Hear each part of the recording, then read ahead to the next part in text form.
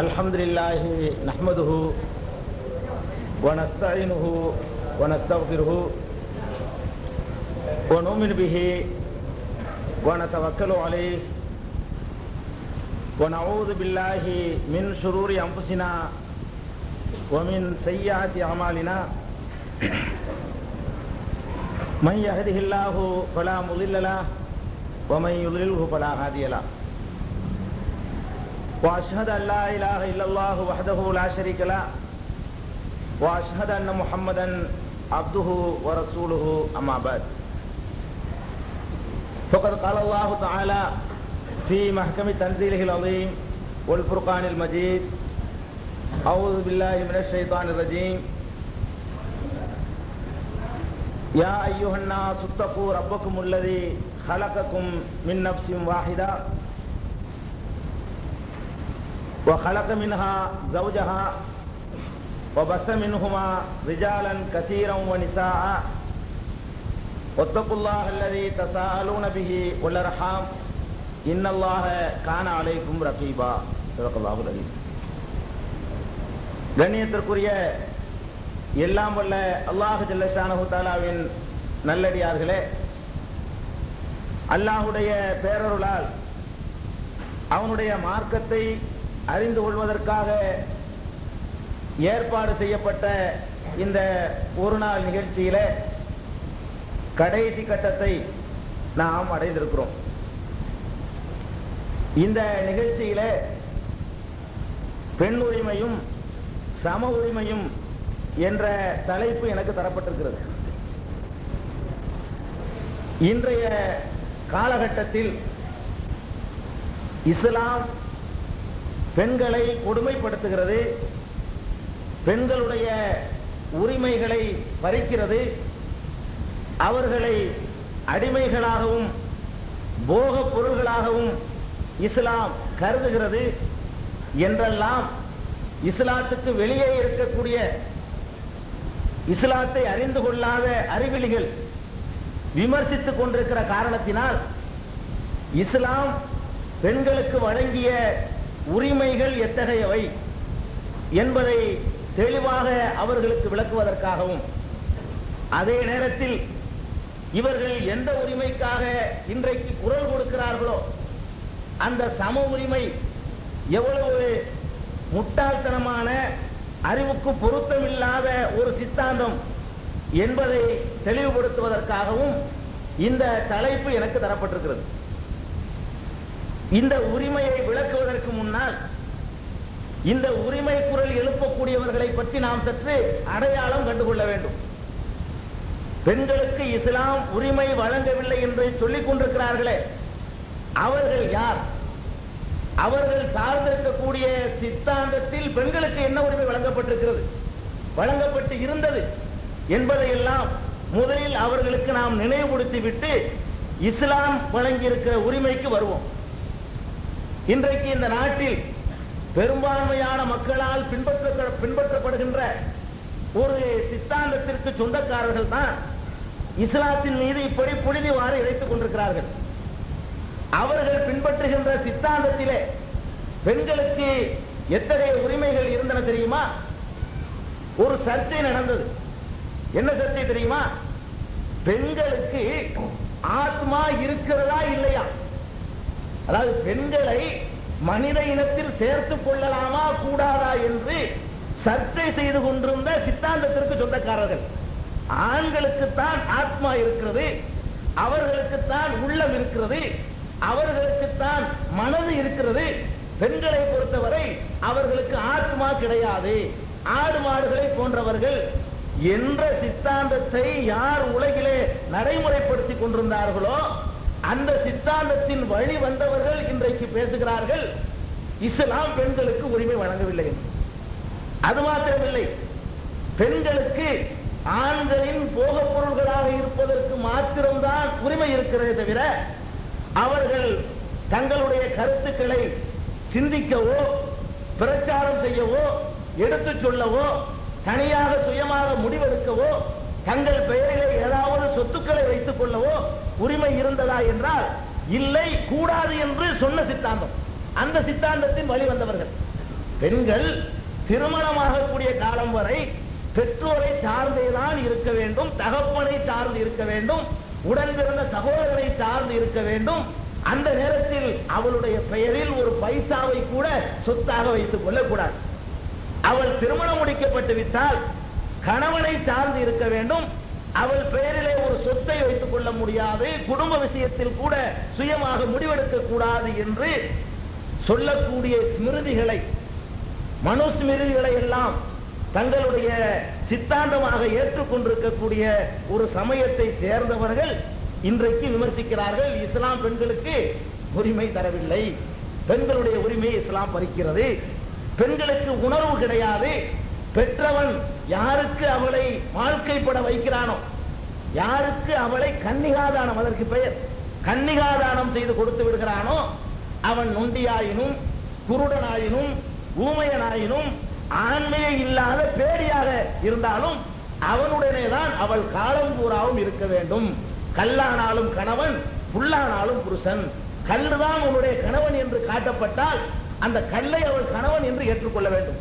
இந்த புல்லுதான் உன்னுடைய கணவன் என்று பெற்றவன் சொல்லிவிட்டால் அதுதான் கணவன் என்று அவள் திருப்திப்பட்டுக் கொள்ள வேண்டும் என்று சொல்லி அதையே நடைமுறையும் படுத்தி வந்தார்களே, அவர்கள் சொல்லுகிறார்கள் இஸ்லாம் பெண்களுக்கு உரிமை வழங்கவில்லை, பெண்களுடைய உரிமையை பறிக்கிறது.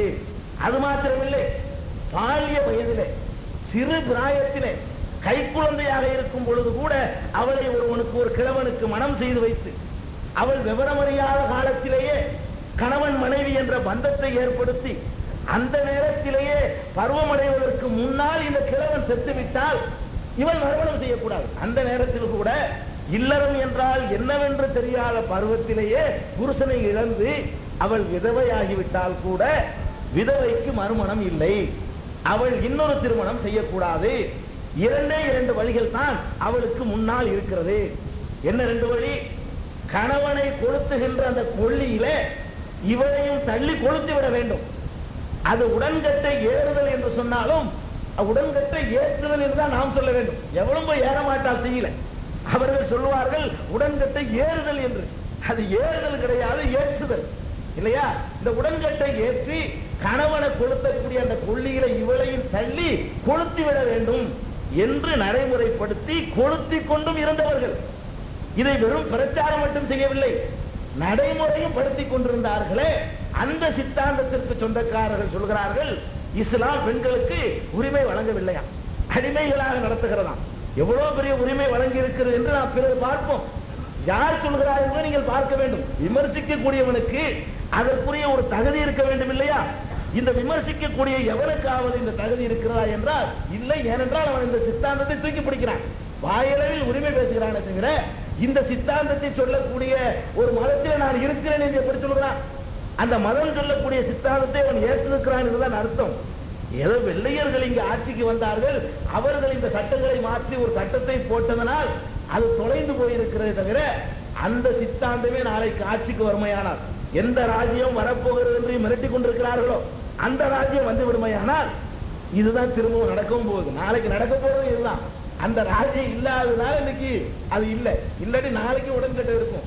ஏன் இன்னைக்கு ரூப் கன்வர் உடன்கட்டை ஏறினால அதை ஆதரிச்சு பிரச்சாரம் பண்ணாங்களே, பார்லிமெண்ட்ல பேசினால உடன்கட்டை ஏற்றப்பட்டு அவருடைய கணவனோட சேர்த்து சொல்லி அவளை தெய்வம் ஆக்கிட்டோன்னு சொல்லி இந்த மதத்தினுடைய குருமார்கள் எல்லாம் சேர்ந்து கொண்டு அரசியல் கட்சி பாராளுமன்றத்தில் எம்பிகளாக இருக்கக்கூடியவங்க எல்லாம் அதை ஆதரித்து பேசுறான்னு சொன்னா அந்த மாதிரி ஆட்சி நாளைக்கு வந்துவிட்டால் இந்த உடன்கட்டை தான் இவர்களுக்கு பரிசாக கிடைக்க போகுது. இவர்கள் சொல்கிறார்கள் பெண்களுக்கு வாழ்க்கையை அனுபவிக்கிற உரிமை கிடையாது, கணவன் போனால் அதோடு இவரும் போய்விட வேண்டும். அப்படி விரும்பாதவர்கள், உடன்கட்டை ஏறுவதற்கு விருப்பம் இல்லாதவர்கள் என்ன செய்ய வேண்டும் தெரியுமா? அவர்களுடைய தலை மலிக்கப்படும். விருப்பமாக, அதாவது குடும்பத்தில் யாரும் தள்ளுறதுக்கு தயாரா இல்லை.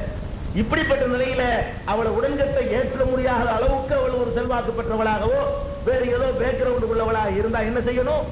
அவளை மொட்டை அடிக்கணும், கூழாங்கற்களை பரப்பி அதில படுக்க வைக்கணும். ஆசை வரக்கூடாதாம். படுக்கையில படுத்த அந்த மெத்தையில படுத்தா ஆண் சுகம் தேடிடுவாராம். அதற்காக வேண்டி மொட்டை எடுத்து விட வேண்டும். பார்த்தவன வெறுப்பு வந்துடும், எவனு விரும்ப மாட்டான். அந்த கோலத்தில் அவளை ஆக்கி அவளுடைய அலங்காரங்களை எல்லாம் பறித்து அவளுக்கு வெள்ளை புடவை கட்டி கட்டி அவளை பாயில் கூட படுக்க வைக்காமல், தலையணை கொடுக்காமல், கூழாங்கல் படுக்கையிலே படுக்க வைத்து, வெளியே நடமாட விடாமல், ஆண் வாசனை படாமல், வெளியே செல்லவே கூடாது என்று சொல்லி அடக்கி வைத்திருந்து, மண்பானையிலே உணவு கொடுத்து, தனி சட்டியில இந்த மாதிரி எல்லாம் அவளை போட்டு வதைத்து கொண்டிருந்த ஒரு சித்தாந்தத்திற்கு சொந்தக்காரர்கள் தான் இன்றைக்கு பேசுறான். வாய்கிறிய உரிமை இல்ல, பெண்கள் உரிமை இஸ்லாம் பறிக்குதுங்கிறான். பெண்களுடைய உரிமைய இஸ்லாம் பறிச்சிருச்சு அப்படின்னு சொல்லிக்கிட்டு இருக்கிறான். அட இதெல்லாம் கடந்த காலம் நினைக்காதீங்க, இன்றைக்கு என்ன செய்து கொண்டிருக்கிறான். அதே எந்த மதத்துக்காரன் எல்லாம் இன்னைக்கு பேசிக் கொண்டிருக்கிறானோ அந்த மதத்துக்காரனை எல்லாம் சேர்த்தே கேட்கணும். பெண்கள்கிட்ட வரதட்சணை கொடுமைப்படுத்தி, அவர்களுடைய சக்திக்கு மீறி கசக்கி பிழிந்து, அந்த வரதட்சணை கொடுக்க முடியாததற்கு அஞ்சி உயிரோடவே கருவுடைய குழந்தைகளை சமாதி வச்சுக்கிட்டு இருக்கிறாங்களே, அது அந்த மதம் ஆதரிக்கவும் செய்யுத. அது சரி தவறு என்று சொல்லலைங்க, சரி என்று சொல்லக்கூடிய ஒரு சித்தாந்தம். இந்த மாதிரி கருவுல சேலத்துல எல்லாம் என்ன நடந்து கொண்டிருக்கிறது? பெண் குழந்தைன்னு தெரிஞ்சா உடனே கருவுல சமாதி, அல்லது குழந்தை பிறந்த உடனே சமாதி. அரசு தொட்டில் கட்டுற அளவுக்கு நிலைமை முத்தி போயிருக்கு.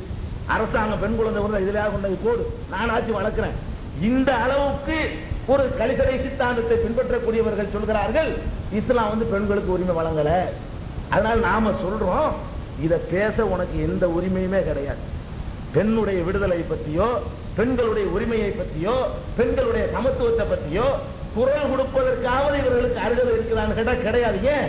இவன் எல்லாரும் அந்த கொள்கையை இன்னைக்கு விட்டுட்டான். எதனால? வெள்ளையர்களுடைய தாக்கத்தினால. ஆனால் இவன் ஏற்றிருக்கிற அந்த சித்தாந்தம், வேத புஸ்தகம் இதைத்தான் சொல்கிறது. அவன் ஏற்றிருக்கிற வேத புஸ்தகம் இதை சொல்லுதுங்க. இன்னும் சொல்ல போனா அந்த வேத புத்தகத்தில் என்ன தெரியுமா? ஒரு பெண்ணுக்கு திருமணம் ஆயிடுச்சு, குழந்தை இல்லை, வாரிசு வேணும் அப்படின்னு சொன்னா அந்த பெண்ணை, ஒருவனுடைய மனைவியை அந்த குடும்பத்தை சார்ந்த எவனோடவாவது சேரவிட்டு ஒரே ஒருவரை மனுஸ்மிருதியில் இருக்கிறதை நான் கதையா சொல்லவில்லை. இந்த மாசம் அல்ஜன்னத்தில் வரும், ஆதாரபூர்வமா பார்த்துக் கொள்ளுங்க. என்ன எந்த சுலோகத்தில் இருக்குங்கிற வரைக்கும் அது வருது.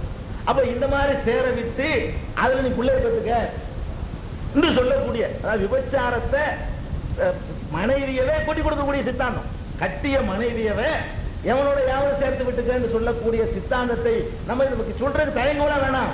அவன் அந்த அளவுக்கு பேசிக்கிட்டு இருக்கிறான் இஸ்லாத்தை வழங்காம. இப்படி இதெல்லாம் பேசுறது அரண்டு போக தேவையில்லை. நீ விமர்சிச்சேன்னு சொன்னா அதுக்கு பதிலும் சொல்லுவோம், நீ யாருன்னு நாங்க சொல்லுவோம். நீ இஸ்லாத்தை விமர்சிச்சேன்னு சொன்னா இஸ்லாத்தின் மீது நீ செய்யற விமர்சனம் ஒண்ணு கூட சரியில்லைன்றதை சொல்லுவோம். நீ எந்த லட்சணத்தில் இருக்கிறன்னு சொல்லணுமா இல்லையா? அதனுங்க முதல்ல நீ யாருன்னு இடம் போடணும், அப்புறம் நாங்க யாருங்கிறது ரெண்டாவது நம்ம சொல்லணும். அந்த மாதிரியான சித்தாந்தத்தை இன்றைக்கும் வேதம் என்றும் சாஸ்திரம் என்றும் வழிகாட்டி நெறி என்றும் ஏற்றுக்கொண்டிருக்கக்கூடிய ஒரு சமயத்தை சேர்ந்தவங்க தான் இன்னைக்கு இந்தியாவில் என்ன செய்யறாங்க? குரல் கொடுக்கிறாங்க. பெண் உரிமை பறிக்கப்படுது இஸ்லாத்துல, தஸ்லிமாவுக்கு மரண தண்டனை கொடுத்து விட்டார்கள், பெண்களை கொடுமைப்படுத்துகிறார்கள் இப்படின்னு சொல்லி பெண்களுக்காக கண்ணீர் வடித்துக் கொண்டிருக்கிற கூட்டத்தை பாத்தீங்களா? இவங்க தான் கண்ணீர் வடிச்சுக்கிட்டு இருக்கிறாங்க. ஆயிடுச்சா? இது வந்து பெண் உரிமைக்காக குரல் கொடுக்கக்கூடிய ஒரு சமயத்தினருடைய சித்தாந்தம். அதே மாதிரி இன்னொரு கூட்டம் இருக்கு, இப்ப சம உரிமை கோரக்கூடிய கூட்டம். இப்படி எல்லாம் கொடுமைப்படுத்திக்கிட்டு இருந்தான். இப்ப என்ன நிலைமைன்னு கேட்டா, ஆணுக்கு பெண் சரிநிகர் சமானம், இஸ்லாம் வழங்கின பெண் உரிமைக்கு அப்புறம் வர்றேன், சம உரிமை சித்தாந்தத்துக்கு ரெண்டாவது வர்றோம். இப்ப என்ன இன்னைக்கு பரவலா பேசப்படுது? எங்க பார்த்தாலும் ஆணுக்கு பெண் இளைத்தவள் கிடையாது, ஆணுக்கு பெண் சமமானவள், ஆணுக்கு முடிகிற எல்லா காரியமும் பெண்ணுக்கு முடியும், ஆணும் பெண்ணும் எல்லா வகையிலும் சமமாக நடத்தப்பட வேண்டும். இப்படி எல்லாம் ஒரு குரல் கூப்பாடு எழும்புதில்லை. யார் எழுப்புறா? இதுக்கு மாதர் சங்கங்கள் இருக்கு. இந்த லேபிளுக்காக அலைகிற கூட்டம் இருக்கும் இல்லையா? மாதர் சங்கங்கள் ஒரு போர்டை போட்டுக்கிட்டு இந்த மாதர் சங்கங்கள்லாம் குரல் கொடுக்குறாங்க. என்ன கொடுக்குறாங்க? எங்களுக்கு ஆண்களுக்கு நிகரான சமத்துவம் எங்களுக்கு வேணும். சரி, அதையாச்சும் ஒழுங்கா கொடுத்து கிடையாது. சமத்துவம் வேணும்னு சொன்னா அதே அந்த கொள்கையில அந்த கோரிக்கையில உறுதியா நிக்கணும். சமத்துவம் வேணும்டா என்ன அர்த்தம்? ஆணுங்கிறதுக்காக வேண்டி கூடுதல் தகுதியோ, பெண் என்பதற்காக ஒரு கூடுதல் சலுகை எங்களுக்கு வேணாம். ஆணுக்கு கொடுக்கிற அதே மாதிரியான சலுகையை எங்களுக்கும் கொடுங்க. இதான மாதர் சங்கங்கள் இன்னைக்கு கேட்டு வர்றாங்க. அவங்களை ஆதரிக்கக்கூடிய இந்த புரட்சிகரனா எது? இந்த வடிகட்டின பகுத்தறிவு இருக்க, சமகாலத்தில் வடிகட்டின பகுத்தறிவு, இந்த பகுத்தறிவு இயக்கம், இந்த கம்யூனிஸ்ட் சித்தாந்தம், இவன் எல்லாம் சேர்ந்துக்கிட்டு ஆள்றான். ஆமா, பெண் உரிமை சம உரிமை வேணும். சரிடா, என்னடா சம உரிமை வேணும் கேட்டா, விவாகரத்து செய்யப்பட்ட பெண்ணுக்கு ஜீவனாம்சம் வேண்டும். இது சம உரிமைக்கு நேர் மாற்றமான கொள்கை. சம உரிமை கேட்டேன்னு சொன்னா 2 பேர் வாழ்ந்தாலும் யாருக்கும் கொடுக்க வேண்டியது இல்லை. அதான சம உரிமை. சம உரிமை நீ கேட்கிறியா, சலுகை கேட்கிறியா? இவன் அவனோட வாழ்ந்தா, அவன் இவளோட வாழ்ந்தான், முடிஞ்சு போச்சு. உறவு 2 பேர் அத்துக்கிட்டாங்க. நீனும் இவளுக்கு கொடுக்க வேணாம், இவனு உனக்கு தர வேணாம். இது சமமா? பெண் என்பதற்காக எனக்கு ஜீவனாம்சம் வேணும்னு கேட்டா நீ கேட்கிற சமத்துவம் இல்லையே. இது பேரு நீ கேட்கிற உரிமைய சம உரிமை இல்ல. நான் பலவீனமா இருக்கிறேன், எனக்கு கொஞ்சம் சலுகை காட்டுன்னு இது கேட்கிறதா? நான் கேட்கிறேன். இந்த சமத்துவம் கேட்கிற அவ்வளவு பயனும் இதை ஆதரிக்கலாம். எதை? ஜீவனாம்சம் வேணுண்டு. அப்ப இந்த சமத்துவம் சாத்தியம் இல்லைன்னு இதுல அவனுக்கு தெரியுதா இல்லையா? சமத்துவம் சாத்தியம்னு நினைச்சிருந்தானா அவன் என்ன கேட்கணும்? பெண்ணுக்கு ஜீவனாம்சம் கேட்காதீர்கள் பெண்களே, உங்களை மட்டப்படுத்துறாங்க, டைவர்ஸ் பண்ணனாலும் ஒண்ணு கேட்க கூடாதீங்க, உன்னை மாதிரி நானும் நிற்பேன் அப்படி நடங்க, இப்படி பிரச்சாரம் பண்ணான்னு சொன்னா அதுக்கு பேர் தான் என்னது? சமத்துவம். நீங்க சம உரிமை கேட்கிற, அப்ப வாயில சம உரிமை கேட்கிற, பிராக்டி நடைமுறை இருந்தது கேட்டா சலுகைதான் இருக்கிற முறை அதையும் ஏமாத்திக்கிட்டு ஒழுங்காச்சு சலுகை கேடு, அது நாங்க தர தயாரா இருக்கிறோம். இஸ்லாம் வந்து சலுகை சொல்லுது. சம உரிமை நீங்களே கேட்கலையே, ஒவ்வொரு கோரிக்கையை எடுத்து பாருங்க. இவன் கேட்கிற கோரிக்கை எல்லாம் என்ன? சம உரிமையை கேட்கிறான் இல்ல. பெண்கள் ஆபாசமா சித்தரிக்கிறாங்களாம், 2 பீஸ்ல சித்தரிக்கிறாங்களாம். சித்தரிச்ச உனக்கு என்ன சம உரிமை கேட்கிற? ஆம்பளையும் கட்டியோட போறான், பொம்பளையும் போயிட்டு போறாள். இப்ப என்ன இந்த சம உரிமை நடப்படி கேட்கிற? பெண் உரிமை இயக்கங்கள்லாம் போஸ்டர் கட்டி திரிகிறார்கள். மெட்ராஸ்ல வந்து பார்த்தா இந்த மாதிரியான ஒரு மாதிரியான போஸ்டர் ஒட்டிப்பான் இல்லையா, அந்த போஸ்டர் எல்லாம் கிழிச்சு திரிகிறான். என்ன கிழிக்கிறான்னு கேட்டா பெண்களை கவலைப்படுத்துறான். என்ன கவலைப்படுத்துறான்? நீ சம உரிமை கேட்கிற, ஆம்பளை அம்பளை நிக்கிறான், அவ்வளவு ஒரு சட்டியோடு நின்று போறா. இப்ப என்ன 2 சமூகத்துல இருக்குது? அப்ப இவன் கேட்கிற சம உரிமையா? என்ன பைத்தியக்காரர் இது? பகுத்தறிவாதியா? இது ஆதரிக்கிறவனுக்கு பேர் என்னது? பகுத்தறிவாதி. அதை சலுகை கேட்கிறேன்னு சொல்லி எங்களுக்கு கௌரவம் தாண்டு கேளு, அது ரைட்டு. பெண்கள் உங்களோட நான் கௌரவமா இருக்க விரும்புறோம், கௌரவத்துக்காக இது இருக்கா இருக்குன்னு கேளு. இந்த போஸ்டர்கள் எல்லாம் எங்களுடைய மானத்துக்கு எங்களுடைய கௌரவத்துக்கு இருக்கா இருக்குன்னு கேளு, அது ரைட்டு. நீங்க இருக்கிற சம உரிமை கிழிக்க கூடாது. இதுதான் கரெக்ட். இதான் நாங்கள் எதிர்பார்த்தோம். அப்படி பிரச்சாரம் பண்ணணும். இதைத்தான் நாங்கள் எதிர்பார்த்தோம். இந்த மாதிரியான ஆண்கள் நடக்கிற மாதிரி பெண்களையும் இப்படி காட்டுகிற காட்சியை தான் நாங்கள் இவ்வளவு காலமாக போராடிக்கிட்டு வர்றோம்னு ஒருத்தன் சொன்னா இவன் தாண்டா சம உரிமை அதிகம். ஒரு பேர் பேச மாட்டேங்கிறானே, ஒரு பகுத்தறிவாதி இது குரல் கொடுக்க மாட்டேங்கிறானே. அவன் சென்சார் போர்டு வரைக்கும் குதிக்கிறான், வெட்டுன்னு இல்லையா? சென்சார் போர்டு வெட்டுங்கிறாங்க, விட மாட்டேங்கிறாங்க. ஆம்பளை சொல்றான், பொம்பளை எல்லாம் சேர்ந்து வெட்டுங்கிறான். ஆம்பளை எல்லாம் சொல்றான் வெட்டாதே, என்ன மாதிரி காட்சி எடுத்தாலும் வெட்டாதே அவன் சொல்றான். யாரு? இந்த ஆம்பளை நடிகை தயாரிப்பாளர் சேர்ந்துக்கிட்டு ஊர்வலம் போயிட்டு இருக்கான். பொம்பளை கூட என்ன சொல்றா? வெட்டு. பொம்பளை காட்டுறான் வெட்டு. காட்டினா ஆம்பளை காட்டலையா? நீங்க கேட்கிற சம உரிமை தானே? ஆம்பளை காட்டுற மாதிரி பொம்பளை காட்டிட்டு போறா, இதே மட்டும் வெட்ட சொல்ற. இதானுங்க சம உரிமை. அப்ப சம உரிமை கேட்கறது வந்து அவர் தன்னைத்தானே ஏமாற்றி கொள்ளக்கூடிய ஒரு முட்டாள்தனமான சித்தாந்தங்கிறதுக்கு இப்படி நிறைய இப்படி உதாரணங்கள் செஞ்சுட்டு போலாம், சொல்லிக்கிட்டே போகலாம். அப்ப இவங்க பஸ்ல போய் உட்காருங்க, நீ பொம்பளை இடம் எந்திரி. யாரு? என்ன பொம்பளை இடம்? எவன் முந்தி பண்ண உட்காருமா? நீ சம உரிமையில கேட்கிற, நான் கியூல முந்தி வந்துட்டா நான் சீட்ல உட்காந்துருவேன். பொம்பளைக்கு இடம் கொடுங்க. யாரு? சம உரிமை கேட்கிற கூட்டம். பொம்பளை நிக்கிறப்பா, இடம் கொடுப்பா, எந்திரிப்பா. இது சொல்லலாமா? ஒருத்தன் சம உரிமை பேசுறவன் சொல்லலாமா? இந்த மாதர் கூட்டமே சொல்லுது பொம்பளை வந்திருக்கேன் எந்திரிங்க. அப்ப இந்த பொம்பளை வந்திருக்கேன் நீ தகுதியா கேட்கிற, நீ என்ன சொல்லணும்? கரெக்ட், நான் முந்தி வந்தா நான் உட்கார, நீ முந்தி வந்தா நீ உட்காந்துக்க. இப்படி செய்யறியா? அப்ப கேட்கறது கூட சலுகை. அது மாதிரி வேலை வாய்ப்பு, ஆம்பளைக்கு மாதிரி வேலை வாய்ப்பு ஒண்ணு இல்ல, ஆம்பளைக்கு மாதிரி வேலை வாய்ப்பு கொடுத்தாச்சு. வேலை வாய்ப்பு கொடுத்தா நீ என்ன பண்ணணும்? ஆம்பளை மாதிரி உழைக்கணும். இப்ப போராட்டம் பண்றாள் யாரு? சம உரிமை கேட்கிறவெல்லாம் போராட்டம் பண்றா. எங்களுக்கு இந்த பிரசவ வலிவு 6 மாசம் ஆக்கணும். நீ என்ன இருக்கிற? அது என்ன சமத்துவம்? ஆம்பளைக்கு பிரசவ வலிவு தந்தானா? நீ சமத்துவம் தானே கேட்ட? எனக்கு பிரசவ வலிவு வேணும். அப்ப நீ தனி, உனக்குடைய இயல்பு தனி, உன்னுடைய சுபாவம் தனி, உன்னுடைய உடலமைப்பு தனி, என்னைய மாதிரி உனக்கு வேலை செய்ய முடியாதுன்னு தெரிஞ்சுதானே 6 மாசம் லீவு ஆக்கு. 1 மாசம் பத்தல, பிரசவ வலிவு 6 மாசம் வேணும். அதுக்கு பிறகு பால் ஊற்றுறதுக்கு இருக்கலாம் டயம் வேணும். இப்படி எல்லாம் சொல்லிட்டு வேலையில சேர்ந்துக்கிட்டு ஒரு ஸ்தாபனத்தில் ஆம்பளையும் பொம்பளையும் வேலை செய்யறான். ஆம்பளை எல்லா நாளும் போயிடலாம், ஏதாவது உடம்பு சரியில்லாம எடுக்கிற லீவு வேண்டாம், லீவா இருக்குமே தவிர இந்த மாதிரி நீண்ட கால விடுப்பு கிடைக்காது. இவளுக்கு என்ன வேணுமா? இது வேணான்னு பிரச்சாரம் பண்ணணும். நாங்கள் என்ன உங்களுக்கு சளைத்தவர்களா? எங்களுக்கு என்ன பிரசவ லீவு எங்களுக்கு தேவையா? தேவையில்லை. உன்னைய மாதிரியே 365 நாள் நான் உழைப்பேன், லீவு நாட்களை தவிர எல்லா நாட்களையும் உழைப்பேன்னு கேட்டால்னா அதை ஆதரிச்சான்னு சொன்னா இவன் சமத்துவவாதி. இவன் கேட்கறதான சமத்துவம்னு சொல்லலாம். அவன் கேட்கிற சமத்துவமா இல்ல, பேருக்கு சமத்துவம் லேபிள். நல்லா சிந்திச்சு பாருங்க. அவன் கேட்கிற எந்த உரிமை வேண்டாலும் எடுத்து பாருங்களேன், ஒண்ணு கூட என்ன இல்ல, சமத்துவமா இல்லைங்க. எல்லாம் கௌரவம் வேணும், சலுகை வேணும்னு கேட்கிறதா இருக்கு. அப்ப கூடுதல் சலுகையை கேட்கிறேன்னு சொல்லி அதை பத்தி பரிசீலிப்போம். சம உரிமை என்று பேசுவதாக இருந்தா அது அறிவுக்கு பொருத்தம் இல்லாத ஒன்றுங்க. அதனால இந்த சம உரிமை என்பதை இஸ்லாம் ஆதரிக்க கிடையாது. நல்லா தெரிஞ்சுக்கணும். இஸ்லாம் பெண்களுக்கு உரிய உரிமையை கொடுக்கும். அவர்களுடைய உடல் அமைப்புக்கும் அவர்களுடைய இயல்புக்கும் அவர்களுடைய தகுதிக்கும் அவர்களுடைய கௌரவத்திற்கும் அவர்களுடைய மானத்திற்கும் எந்த மாதிரி உரிமை ஏற்றதோ அந்த மாதிரியான உரிமையை இஸ்லாம் கொடுக்கும். ஆணுக்கு எந்த மாதிரியான உரிமையை கொடுக்கலாமோ அந்த மாதிரி உரிமையை கொடுக்குமே தவிர சமமாக இஸ்லாம் என்ன செய்யாது, உரிமை கொடுக்காது, கொடுக்க கூடாதுன்னு இஸ்லாம் சொல்லுது. சாதாரணமா எடுத்துக்கிறோமே, ஆணுடைய இயல்பு பெண்ணுடைய இயல்பு ஒன்னா முன்ன இருந்து அவன் ஏங்க ஆண் இதையா பெண்ணுன்னு சொல்லக்கூடாது. நிறைய வித்தியாசம் இருக்கிறதுனால ஆணு பெண்ணை பிரிக்கிறோம். ஆண் வேறதான் பெண் வேறதான். வெறும் உடல் அமைப்புல மட்டும் இல்லைங்க, பழக்க வழக்கத்துல, குணத்துல, அந்த வேகத்துல, அந்த ஆற்றல்ல, எல்லாத்திலையுமே எடுத்து பார்த்தீங்கன்னு சொன்னா ஆணு பெண்ணு வேற வேறதான். எல்லா வகையிலும் வேற வேற. இப்படி வேற வேறையா இருக்கும்போது சில விஷயங்கள்ல பெண்மையில கொஞ்சம் கூடுதலான இது இருக்கும், ஆண்ல குறைய இருக்கும். உதாரணமா பாசம் செலுத்துறது, குடும்பத்தோடு அரவணைக்கிறது, குழந்தைகள் அன்போடு நேசிக்கிறது, இந்த மாதிரியான தகுதி எடுத்து பார்த்தீங்கன்னு சொன்னா இது ஆணை விட ஒரு பெண்ணுக்கு தூக்கலா இருக்கும். ஆண் இதுல தோத்து போயிடுவான். பெண்மையை பொறுத்தவரைக்கும் என்ன செய்யும், அந்த குழந்தைங்களுக்கு தூக்கி எறிஞ்சிட்டு போயிடுவான். இவன் அவளுக்கு அப்படி எரிய முடியாது. உடல் ரீதியாகவே அந்த பாசம் செலுத்துற அளவுக்கு அந்த தாய்ப்பால்ங்கிற ஒரு தொடர்பை இறைவன் ஏற்படுத்தி அந்த குழந்தையோட முழு தொடர்பு இவளுக்கு இருக்கிற காரணத்தினால இவ செலுத்துற மாதிரியான பாசம் அவனுக்கு செலுத்த முடியாது. இந்த இடத்துல இஸ்லாம் என்ன சொல்லுது, தாய் தந்தை வரும்போது தாய்க்கு அதிக உரிமை கொடுத்து விடுவாங்க. சம உரிமை கேட்கிற, நாங்க கூட உரிமையை கொடுக்கிறோம். நீங்க கேட்கிற சம உரிமையில கேட்கிற தாயா தந்தையா என்ற ஒரு கேள்வி ஒரு முஸ்லிமுக்கு முன்னாடி வந்தால் அவன் எதை தேர்ந்தெடுக்கணும், தாயை தேர்ந்தெடுக்கணும். நான் யாருக்கு அதிக உபகாரம் செய்ய கடமைப்பட்டவன் என்று ரசூல் ஸல்லல்லாஹு அலைஹி வஸல்லம் அவர்கள்ட்ட வந்து ஒரு சஹாபி கேட்கும் போது உன்னுடைய தாய் அப்படின்னாங்க. அடுத்தபடியாக நான் யாருக்கு செய்ய வேண்டும், உன்னுடைய தாய். இரண்டாவது அடுத்தபடியாக நான் யாருக்கு அதிக உதவி செய்ய கடன் பட்டிருக்கிறேன், உன்னுடைய தாய். நாலாவது தடவை அவர் கேட்கும் போது உன்னுடைய தந்தைங்கிறாங்க.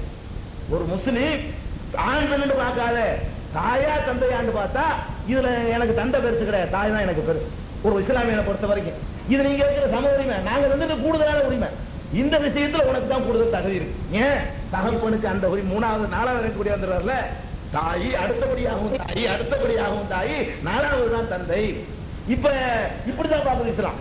இந்த ஆம்புலேங்கிறதுக்காக வேண்டி எல்லா வகையிலும் தூக்கி வச்சிடல. அப்படின்னா தந்தை நீங்க சொல்லியிருக்கணும்.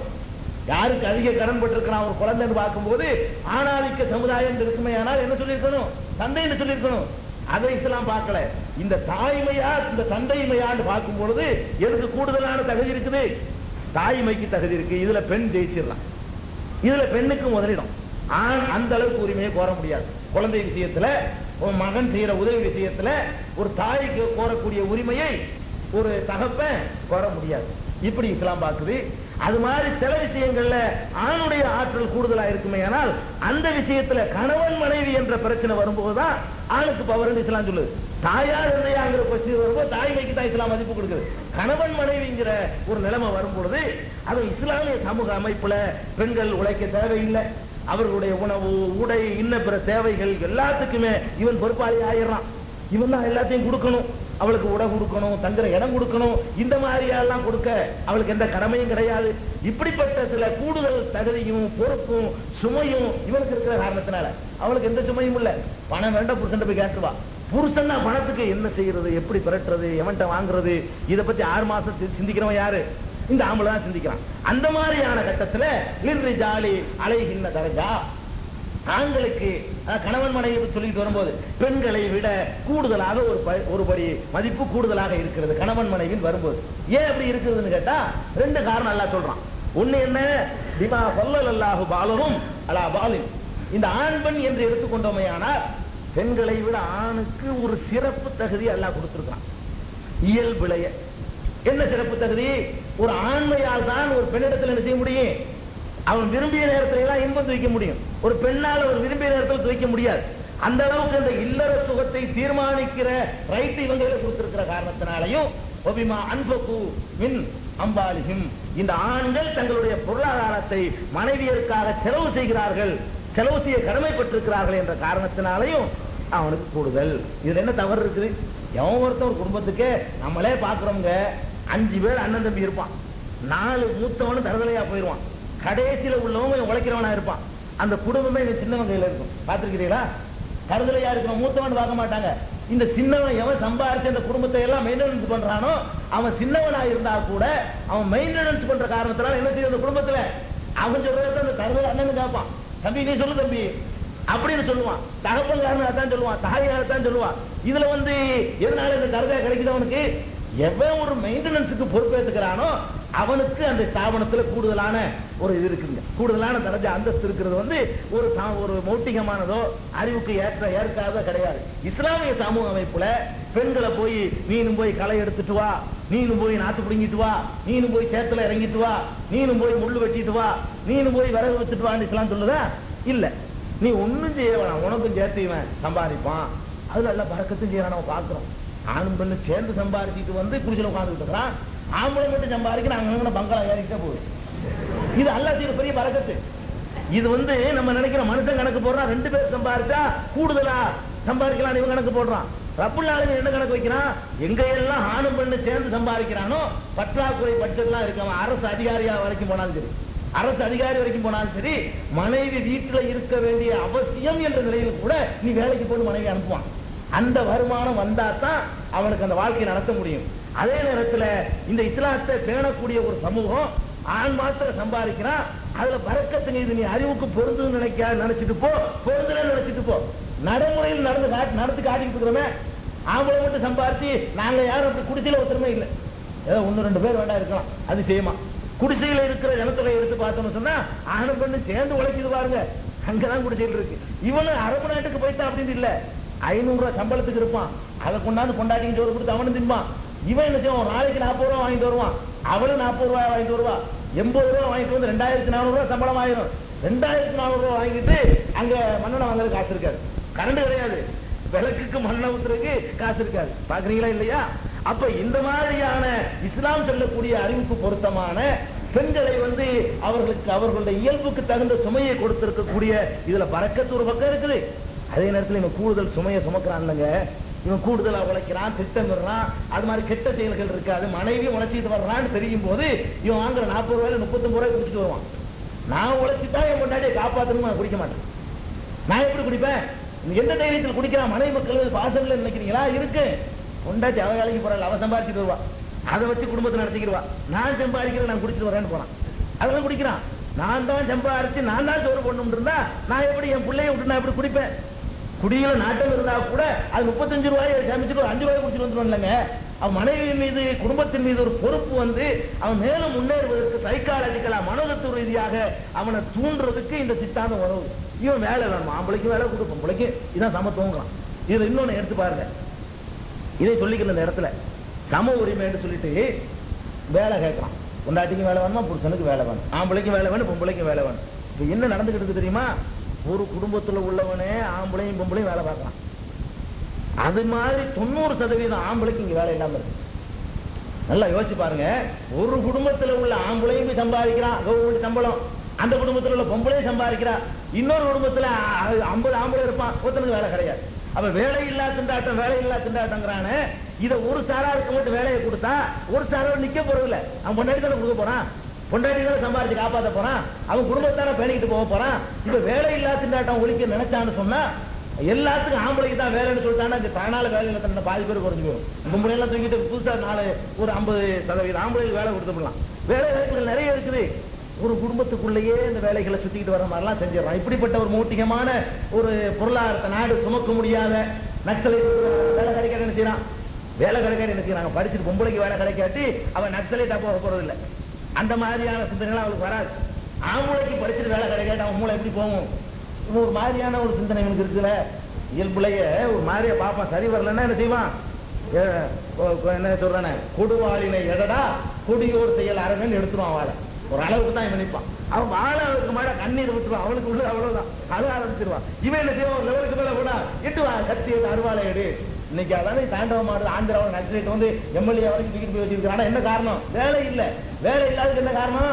நீ ஆம்பளைக்கு வேலை கொடுக்காம பொம்பளைக்கு வேலை கொடுத்துருக்க. ஒரு குடும்பத்தில் உள்ள அப்பனுக்கு, பொண்டாடிக்கு, மகளுக்கு, பேத்திக்கு, இப்படியா அக்காவுக்கும் தங்கச்சிக்கு ஒரு குடும்பத்துல 7 பேருக்கு வேலையை கொடுக்குற, 2 ஆம்பளை 5 பொம்பளைக்கு வேலை கொடுக்குற. இந்த 5 பொம்பளை 5 ஆம்பளை கொடுத்து 5 குடும்பம் வாழும்.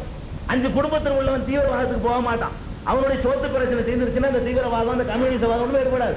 சோத்துக்கு இல்லைங்கிற ஒரு கட்டத்திலான இதெல்லாம் பேச ஆரம்பிக்கிறான். அப்ப இந்த மாதிரி பைத்தியகாரத்தனமான சித்தாந்தத்தை நான் போட்டு வச்சுக்கிட்டு தான் இப்ப பேசிக்கிட்டு இருக்கலாம். இப்ப விஷயத்துக்கு வருவோம். இப்ப இந்த மாதிரி காரணத்துக்காக வேண்டிய ஆண்கள் உழைத்து பெண்களையும் பராமரிக்க கடமைப்பட்டிருக்காங்கிற காரணத்தினாலையும் இஸ்லாம் என்ன சொல்றது, கணவன் மனைவி நிலையில வரும்போது கணவனு கட்டுப்பட்டு நட.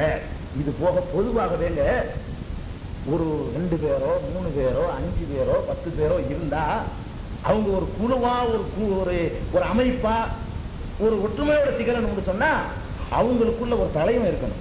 யாராவது ஒரு ஆள் கட்டுப்படுறதுங்கிற நிலை வரலன்னா செதறி போயிடும். 2 பேரும் இருக்கணும் வைங்க, நானும் இவரும் இருக்கிறோம், ஒன்னா சேர்ந்து ஒரு நிறுவனத்தை வச்சிருக்கிறோம். யாராவது யாருக்காவது கட்டுப்படணும் அப்படிங்கிற நிலை இல்லைன்னு சொன்னா நான் ஏன் இஷ்டத்துக்கு நான் எனக்கு தேவை 1000 ரூபாய்க்கு பாக்கெட் வச்சுட்டு போவேன், இவருக்கு தேவை 2000 வச்சு பாக்கெட்ல வச்சுட்டு போறாரு, 2 பேரும் சேர்ந்து ஒரு ஸ்தாபனத்தை ஆரம்பிக்கிறோம். இப்படி இருந்தா ஸ்தாபனத்தை இழுத்து மூட்டு போயிருவோம், நாங்க 2 பேரும் அலுவலகத்துக்கு நிற்போம். இதான் நடக்க போகுது.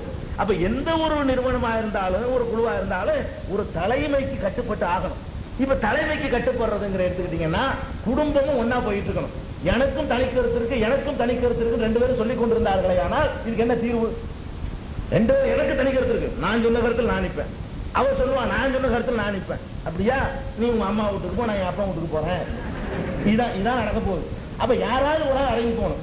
யாரு அடங்கி போறது நல்லதுன்னு நியாயத்தை இப்ப பரிசீலிக்கிறோம். யாராவது ஒரு ஆள் ஒரு தலைமைக்கு ஒரு பிரச்சனை வருதா, யாருக்காவது ஒரு தலைவனை ஏற்று கட்டுவிட்டு போயிருவோம். இது தலைவனுக்கு கட்டுப்படுவதில் எல்லாம் உரிமை போயிடாது. அப்படின்னு சொன்னா நீ ஜெயலலிதா கட்டுப்படுற உரிமை எல்லாம் போயிருக்கும். எதுக்கு நீ கட்டுப்படுற? ஒரு பொம்பளை உத்தரவு போடுற, நீ கட்டுப்படுற. நரசிம்மராவ் ஒரு தழுதெல்லாம் கீழே வந்துருவாரு, அந்த ஆள் உத்தரவு போடுறாரு, நீ என்ன செய்யற? கட்டுப்பாடு நடக்கிற.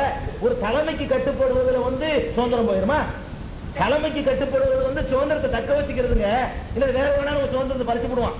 அதனால சுதந்திரம்ங்கிறது தலைமைக்கு கட்டுப்படுங்கிற ஒரு அடிப்படையில் சிந்திச்சு பாத்தீங்கன்னு சொன்னா இதெல்லாம் சுதந்திரம் ஒன்றும் போயிடாது. இப்ப கணவன் மனைவி ஒரு குடும்பம் ஆயிடுச்சு. இந்த குடும்பத்துக்கு எவன் தலைவன், விவகாரம் யார் சொல்ல யார் கேட்கறது, இது முன்கூட்டியே டிசைட் பண்ணிட்டோம்னு சொன்னா அப்படியே போய்கிட்டு இருப்பான்.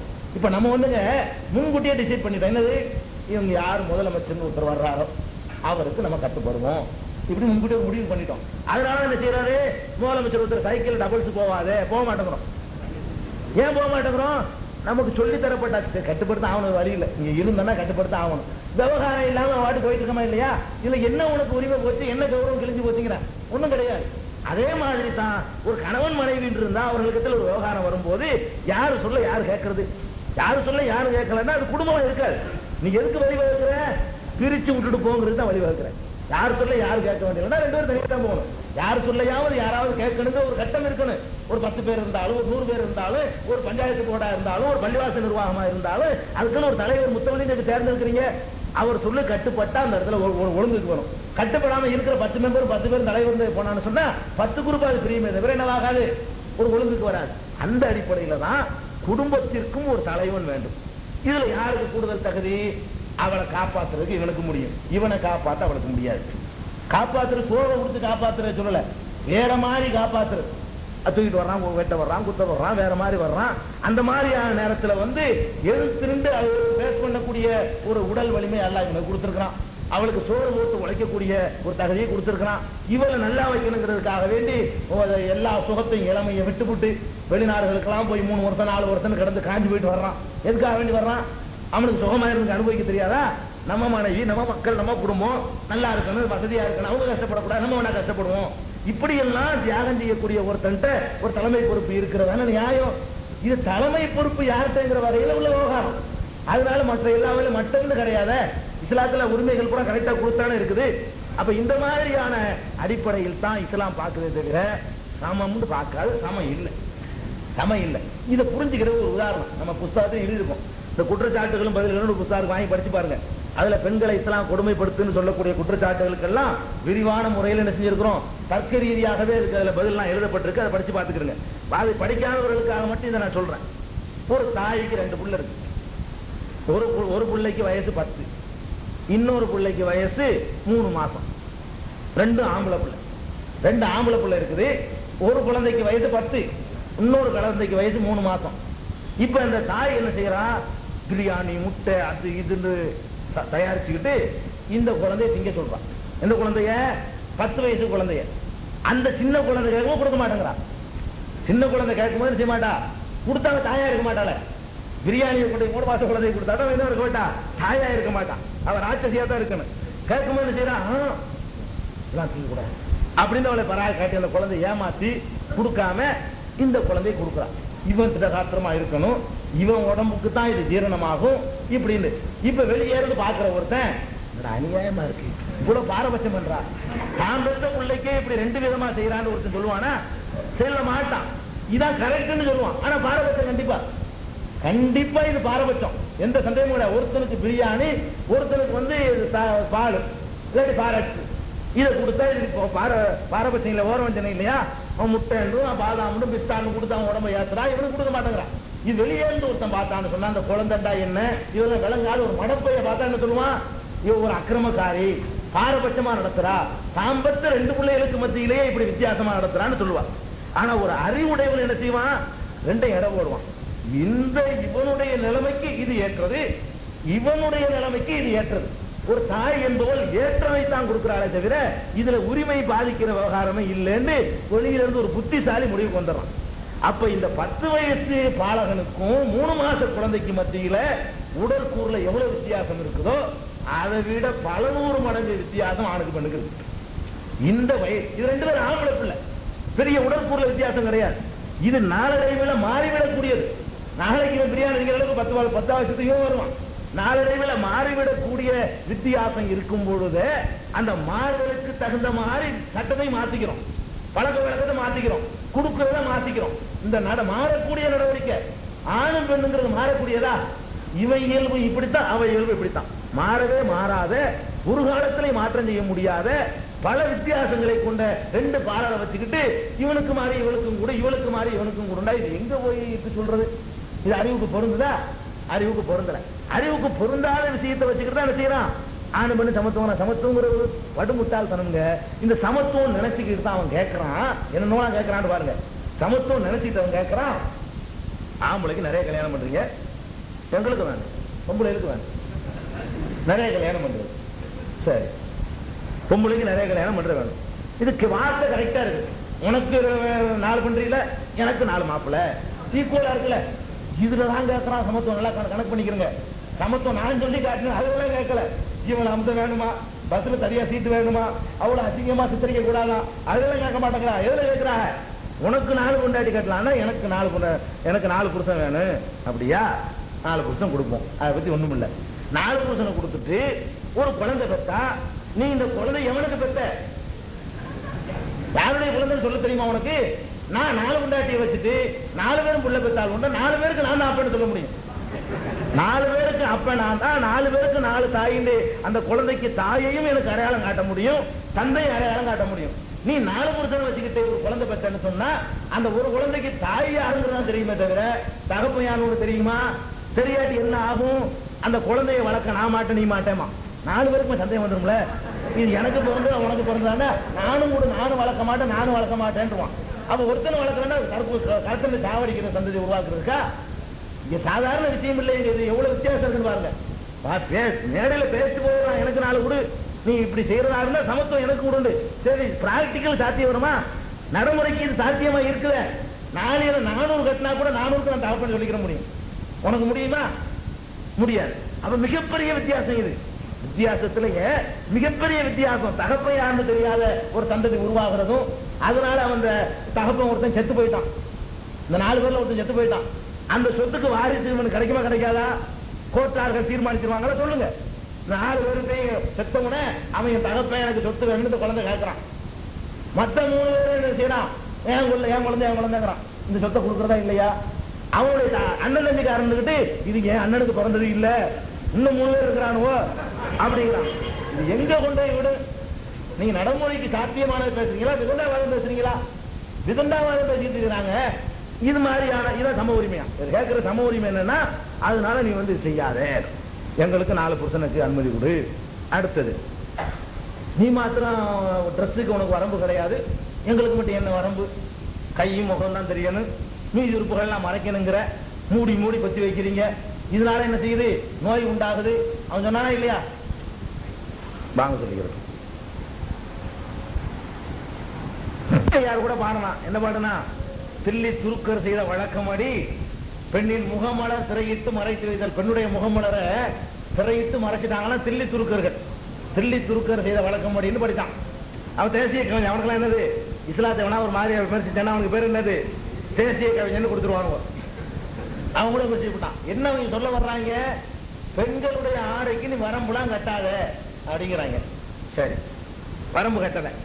வரம்பு கட்டலை என்று சொன்னா அதுல நீ முரண்படாம கரெக்டா இருக்கணும்ல. ஆம்பளை மாதிரியான ட்ரெஸ்ல பொம்பளை வரும்போது நீ ஒத்துக்குவியா?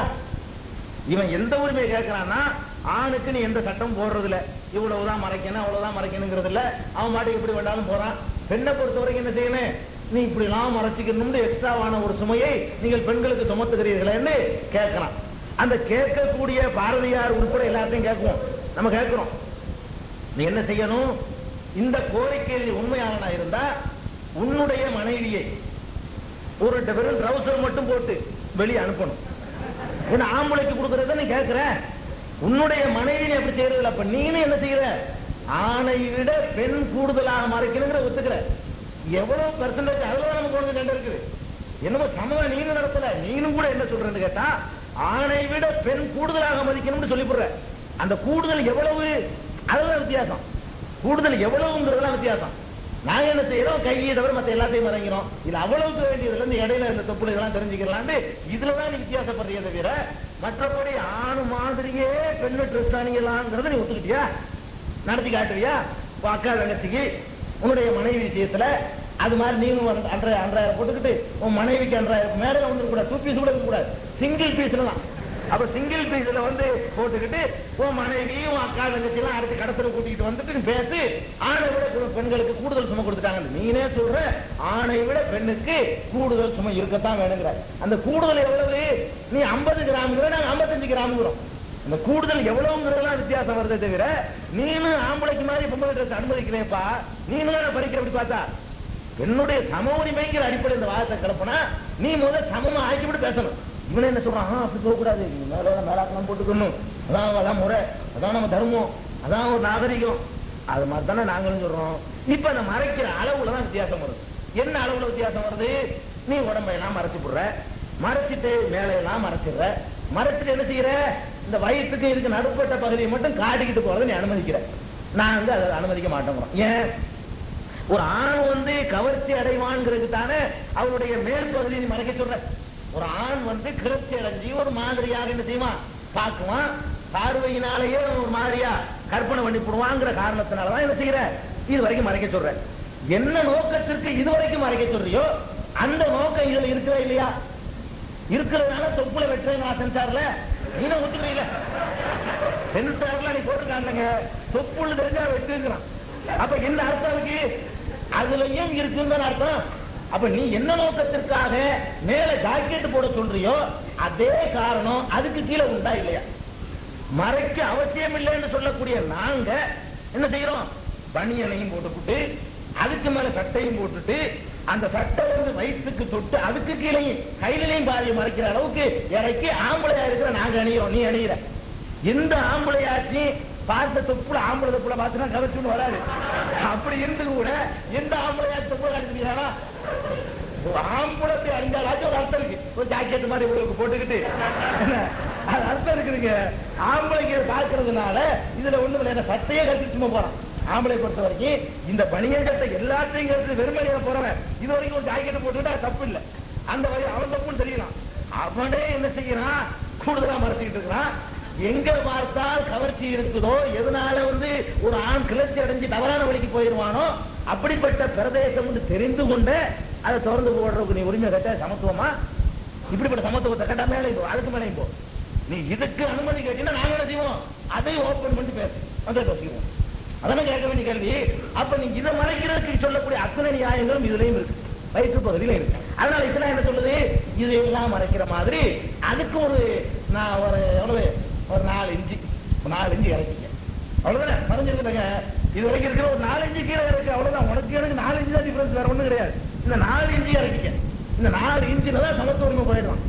இஸ்லாம் என்ன சொல்லுது, அதுல இந்த ஆடை ஆதாரம் வந்து நீங்க பார்க்கலாம். இந்த பாடம் போடுறான், போஸ்டர்லாம் ஓட்டுறான். எந்த ஆம்பளையாச்சு ஒரு மாதிரியான கோலத்துல போட்டு விட்டு பார்க்க வாங்கன்னு பொம்பளை கூப்பிடுறானா, கூப்பிட மாட்டேங்கிறான். பொம்பளையத்தான் ஒரு மாதிரியான போஸ்டரை போட்டு விட்டு ஏன் போட்டு விட்டு எல்லாரும் வாண்டு கூப்பிடுறான். அது என்ன விளங்குது, இவன் தான் பெண்களால் ஈர்க்கப்படுவான்னு விளங்குது.